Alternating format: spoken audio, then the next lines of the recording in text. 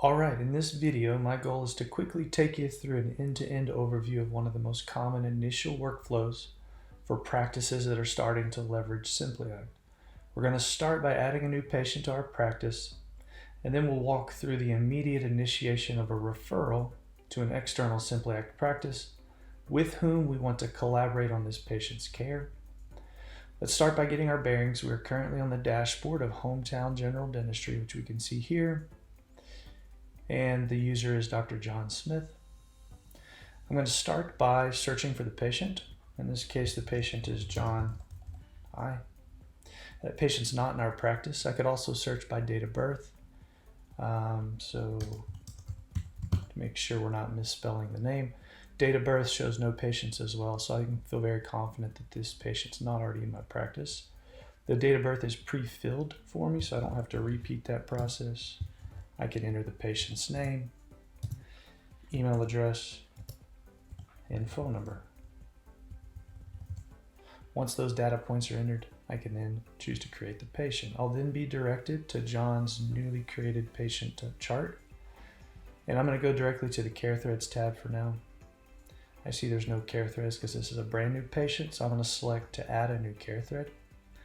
The intent and purpose of care threads is to allow for the documentation of specific courses of treatment for a given patient, and very importantly, they are built to be distributable and shareable in a HIPAA compliant manner. What this means is that the communication and coordination of care can be as seamless and as efficient as possible for all involved.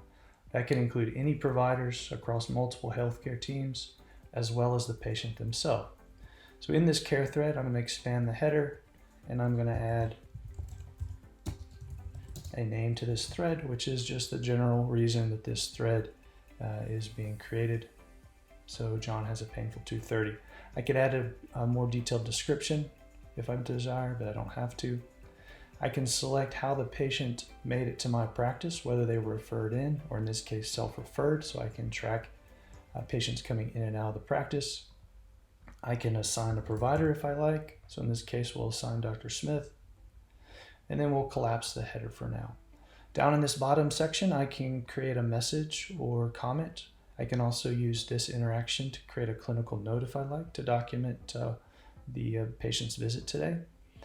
And then I can also add things to this thread. So I can upload a file. In this case, we'll upload John's PA X-ray.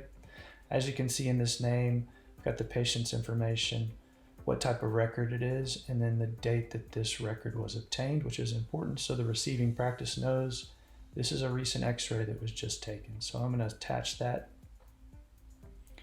That file will upload, and then we see that it gets incremented here, that we now have one document attached to this thread. So if I click on this link, the image is shown right here. In addition to adding a file, I could add an appointment to this thread if I desire.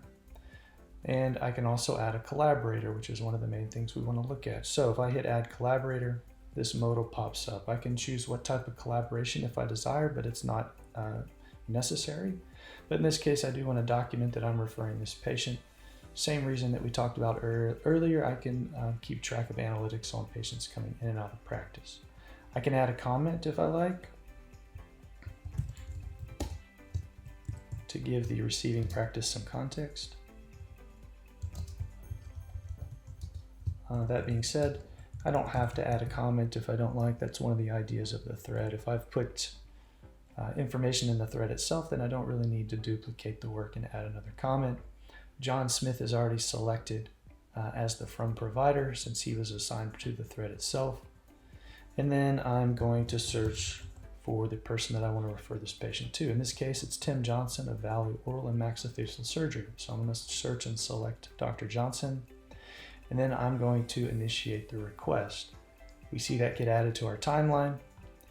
We see it get added into the header so that we can document all the collaborations on the thread. We also see the status that it's in, who it's from, who it's to, and then I can take actions on that thread if there was a mistake or I need to change something.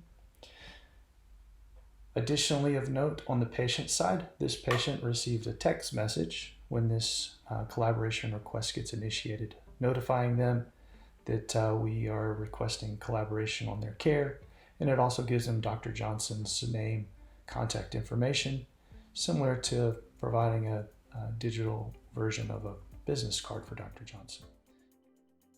Additionally, if I navigate to my Symplaict dashboard, inbox, outbox, and I go to outgoing, I see that collaboration request that we just triggered on John from Dr. Smith to Dr. Johnson in a new status.